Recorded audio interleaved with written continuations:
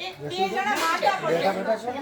માંદા પડ્યા ને તો અમેરિકામાં સારું તો બે જણા માંદા પડ્યા એટલે બધાય છે ને 10-20 જણાનું ગ્રુપ હતું બધાય ભેગા મળીને પ્રાર્થના કરી તો એ વ્યક્તિ માંદા પડ્યાથી સાજા થઈ ગયા તો એવી જ રીતે આપણે એવું કરીએ કે આપણે બધાય ભેગા મળી અને એવી પ્રાર્થના કરીએ કે કોઈ પણ તમારા અમારા કે બધા સાથે મળે છે તો એમના જીવનમાં ક્યારેય કોઈ જાતની તકલીફ ના આવે ઈશ્વર બધાને સુખ શાંતિ સમૃદ્ધિ ખુશી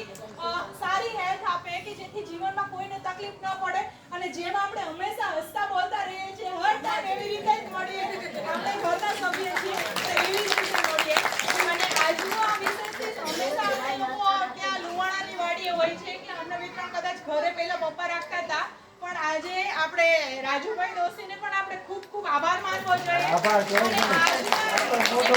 હંમેશા આપે છે તો બસ એટલા પણ આશીર્વાદ આપીએ કે આ ઘરમાં હંમેશા શાંતિ રહે પવિત્રતા મળી રહે તમારા આશીર્વાદ લઈને જજો